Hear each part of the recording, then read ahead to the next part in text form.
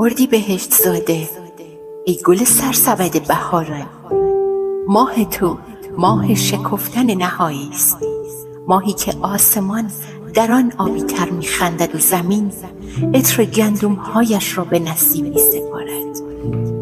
تو همچون ابریشم نور نرم و درخشان بر تن روزها می‌لغزی و هر جا گام می‌نهی رنگ تازه‌ای به جهان می‌زنی. اردیبهشت ماه پاکی آبها و پختن میوه هاست و تو فرزند این فصل روشن پر از حرارت آرام و شور شیرین. وجودت یادآور آن است که زندگی همیشه در آستانه رسیدن تابستان زیباترین لحظه هایش را پنهان کرده است.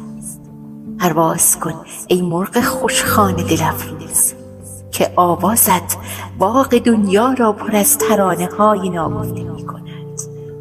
ای همزاد شکوفه های بی‌وقوف، زاد روزت سبز باد.